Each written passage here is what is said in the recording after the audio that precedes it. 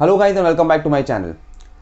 आज दुनिया भर के सभी देशों में कोविड-19 के नए वेरिएंट यानी कि ओमिक्रॉन वेरिएंट के बारे में बातें की जा रही है। जैसे हमने पिछले वेरिएंट्स में देखा था यानी कि alpha, beta, gamma, delta, delta plus etcetera जो वेरिएंट्स थे, उसी प्रकार से कोविड-19 का एक नया वेरिएंट हमारे सामने आया है, फिर से वायरस में म्यूटेशन की वजह से।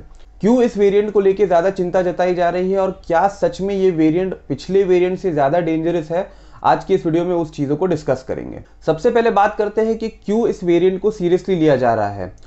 सबसे पहला और सबसे ज़रूरी रीज़न है कि इस वेरिएंट के स्पाइक प्रोटीन में 30 से ज़्यादा म्यूटेशंस पाए गए हैं। कोविड वायरस का स्पाइक प्रोटीन बेसिकली वो हिस्सा है जिसकी वजह से वायरस हमारे शरीर में अटैच होता है और वहाँ से हमारे शरीर में एंटर हो पाता है। हमारे जो वैक्सीन डिज़ाइन किए गए थे वो बेसिकली इन्हीं स्पाइक प्रोटीन के अगेंस्ट में हमारे शरीर में एंटीबॉडीज़ बनाते हैं। वो एंटीबॉडीज इन स्पाइक प्रोटीन्स को ब्लॉक कर देते हैं, जिसकी वजह से वायरस हमारे शरीर में एंटर नहीं हो पाता। स्पाइक प्रोटीन में म्यूटेशन की वजह से हो सकता है कि जो एंटीबॉडीज वैक्सीनेशन की वजह से हमारे शरीर में डेवलप हुए हैं, वो एंटीबॉडीज हमें इस वेरिएंट के एंट्री से ना रोक पाए, यानी कि हमें इस वेरिएंट से ना प्रोटेक्ट कर पाए। दूसरा रीजन जिसकी वजह से ये वेरिएंट के बारे में काफ़ी बातें हो रही है वो है उसका ट्रांसमिशन रेट, यानी कि एक इंसान से दूसरे इंसान में फैलने की इसकी क्षमता की।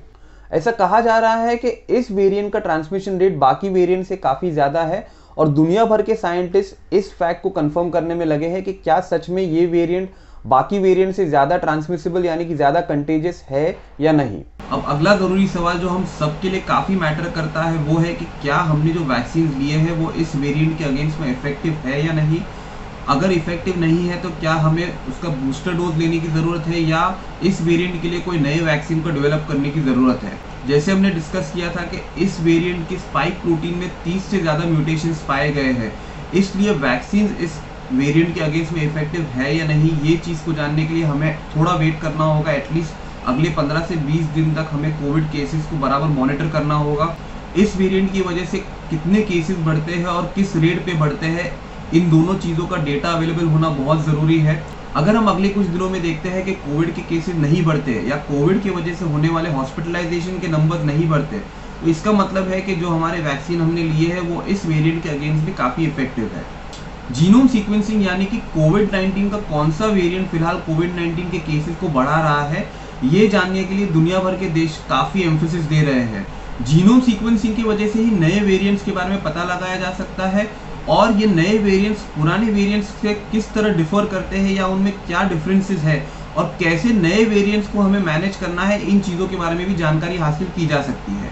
अगला ज़रूरी सवाल कि क्या ये वेरिएंट जिन लोगों को पहले कोविड हो चुका है उन्हें भी इन्फेक्ट कर सकता है, तो अगेन द आंसर इज कि फिलहाल हमारे पास काफ़ी लिमिटेड डेटा है, काफ़ी कम डेटा है ये चीज़ को कंफर्म करने के लिए कि जिन्हें पहले कोविड हुआ है उन्हें फिर से ये वेरिएंट से इन्फेक्शन हो सकता है या नहीं। डेल्टा वेरिएंट में हमने देखा था कि वैक्सीन लेने के बावजूद भी और इन्फेक्शन होने के बावजूद भी उनमें फिर से इन्फेक्शन हुआ था, लेकिन उन केसेस में हमने देखा था कि काफ़ी माइल्ड डिजीज़ हो रही थी, किसी को ज़्यादा जानलेवा बीमारी नहीं हो रही थी। और हम उम्मीद कर सकते हैं कि इस वेरिएंट के साथ भी ऐसा ही हो। अगर फिर से इन्फेक्शन होता भी है तो माइल्ड ही हो और प्रॉब्ली वो एंटीबॉडी जो पहले हमारे शरीर में बने थे वो इस वेरिएंट से हमें प्रोटेक्ट करें। अगला ज़रूरी पॉइंट कि कैसे हम अपने आप को और अपने परिवार को इस वेरिएंट से बचा सकते हैं, तो जैसे हम अब तक अपने आप को कोविड से बचाने की कोशिश करते आए हैं, कोविड अप्रोप्रिएट बिहेवियर को स्ट्रिक्टली फॉलो करना है, स्पेशली मास्क को बराबर से पहनना है, पब्लिक प्लेसेस में जाना अवॉइड करिए, क्राउडेड प्लेसेस में जाना अवॉइड करिए और सबसे ज़्यादा और सबसे ज़रूरी अपने वैक्सीनेशन को कंप्लीट करिए। वैक्सीनेशन ही एक तरीका है जिससे हम कोविड को कम्प्लीटली हरा सकते हैं और इस प्रॉब्लम से बाहर आ सकते हैं।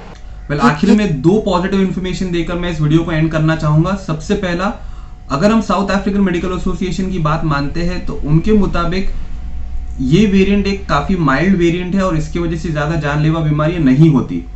और दूसरा, जब डेल्टा और डेल्टा प्लस वेरिएंट आए थे जिसने यूरोपियन कंट्रीज़ में और यूएस में काफ़ी ज़्यादा डैमेज किया था, काफ़ी ज़्यादा जानें ली थी, ऊपर वाले की मेहरबानी से और हमारे वैक्सीनेशन ड्राइव के वजह से इंडिया में हमने उनके केसेस और उसकी वजह से होने वाले डेथ्स काफ़ी कम देखे थे।